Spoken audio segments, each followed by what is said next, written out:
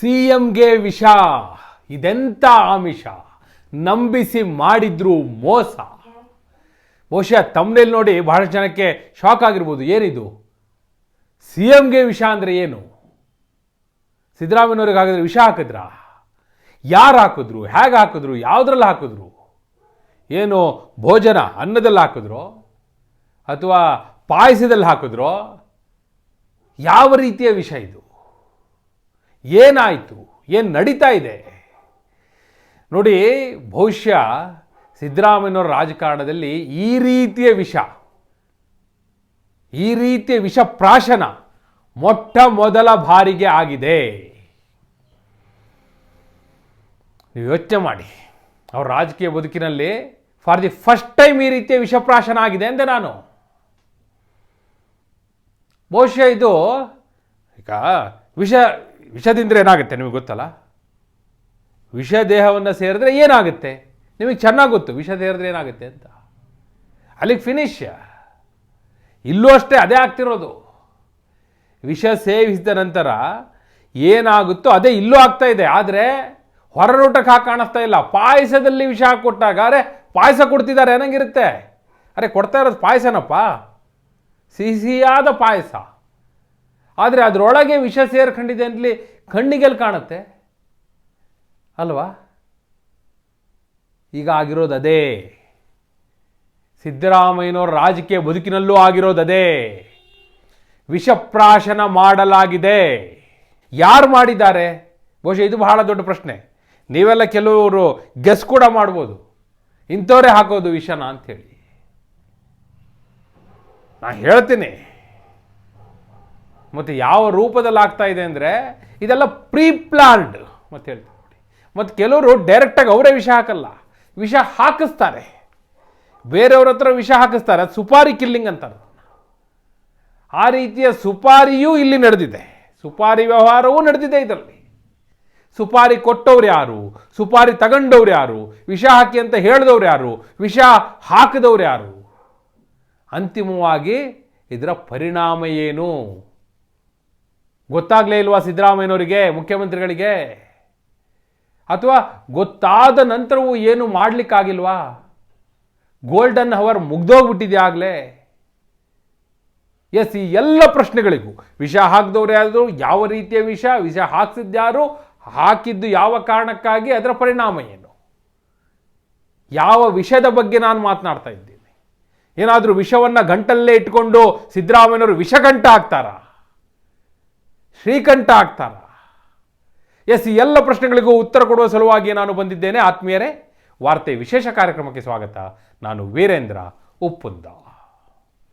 ಬಹುಶಃ introduction ಕೇಳಿದವರಿಗೆ shock ಆಗಿರುತ್ತೆ. ಏನಿದು ವಿಷ ವಿಷ ವಿಷ, ಏನಿದು ವಿಷದ ವಿಷಯ? ಅದು ಸಿದ್ದರಾಮಯ್ಯನವರಿಗೆ ವಿಷ ಹಾಕೋದಾ? ರಾಜ್ಯದ ಮುಖ್ಯಮಂತ್ರಿಗಳಿಗೆ ವಿಷ ಹಾಕೋದಾ? ಯಾರು ಹಾಕಿದ್ರು, ಯಾಕೆ ಹಾಕಿದ್ರು, ಯಾರು ಹಾಕ್ಸಿದ್ರು, ಯಾವ ಕಾರಣಕ್ಕಾಗಿ ಹಾಕ್ಸಿದ್ರು? ನೋಡಿ, ರಾಜಕಾರಣದಲ್ಲಿ ನೀವು ಪದೇ ಪದೇ ಕೇಳ್ತಾ ಇರ್ತೀರಿ, ಅಯ್ಯೋ ನನಗೆ ವಿಷ ಇಟ್ಟುಬಿಟ್ರು, ನಾನು ವಿಷಕಂಠನಾಗಿದ್ದೇನೆ. ಭಾಳಷ್ಟು ಬಾರಿ ಈ ರೀತಿಯ ಡೈಲಾಗ್ ಕೇಳಿರ್ತೀರಿ ನೀವು.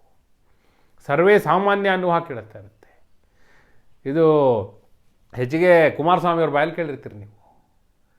ಯಡಿಯೂರಪ್ಪನವ್ರ ಡೈಲಾಗ್ ಬೇರೆ, ಅವರು ನನ್ನ ಬೆನ್ನಿಗೆ ಚೂರಿ ಹಾಕಿದ್ರು ಅಂತ ಅವ್ರು ಹೇಳೋದು.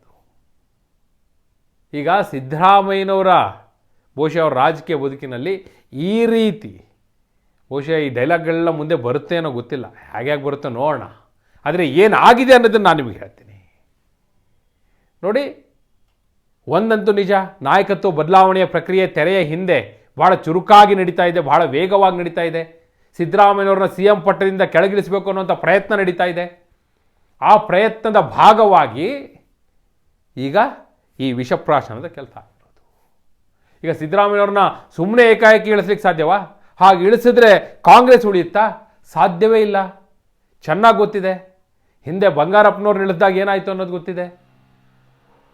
ಸೊ ಹೀಗಾಗಿ ಈಗ ಭಾಳ ಎಚ್ಚರಿಕೆ ಹೆಜ್ಜೆ ಇಡ್ತಿದ್ದಾರೆ. ಹೀಗಾಗಿ ಏಕಾಏಕಿ ವಿಷ ಕೊಡೋದಿಲ್ಲ, ಪಾಯಸದಲ್ಲಿ ಬೆರೆಸಿ ಕೊಡಲಾಗುತ್ತೆ. ಅದರ ಮೊದಲ ಹಂತ ಇದು. ಏನು ಮಾಡ್ತಾ ಇದ್ದಾರೆ? ಸಿದ್ದರಾಮಯ್ಯನವರು ಅಹಿಂದ ವರ್ಗಗಳ ನಾಯಕ, no doubt in that. AHINDA ಅವರ ಟ್ರಂಪ್ ಕಾರ್ಡ್. ಅದೇ ಅಹಿಂದ ಇಟ್ಕೊಂಡವರು ಹೋರಾಟ ಮಾಡಿದ್ದು ರಾಜಕೀಯ ಮೇಲ್ಪಂಕ್ತಿಯನ್ನು ಹಾಕಿ ಮುನ್ನಡೆಯನ್ನು ಕಂಡದ್ದು, ಮುಖ್ಯಮಂತ್ರಿ ಆದದ್ದು. ಈಗ ಆ ಅಹಿಂದ ಟ್ರಂಪ್ ಕಾರ್ಡನ್ನೇ ಅವರ ಮುಂದಿಟ್ಟು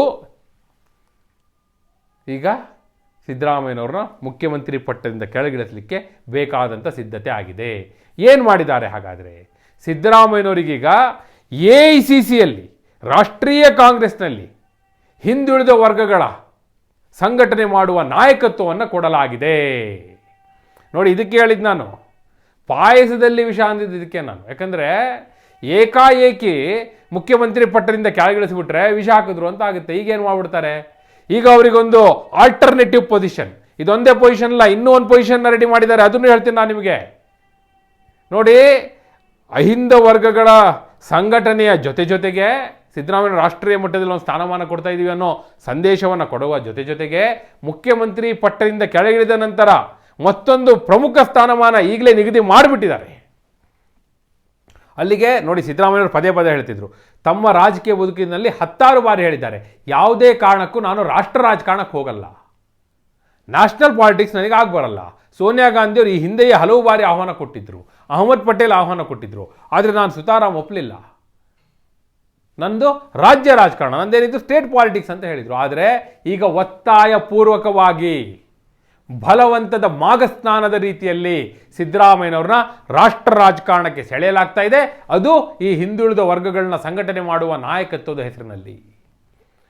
ಆ ಸಮಿತಿಗೆ ಈಗ ಸಿದ್ದರಾಮಯ್ಯನವರು ಅಧ್ಯಕ್ಷರು.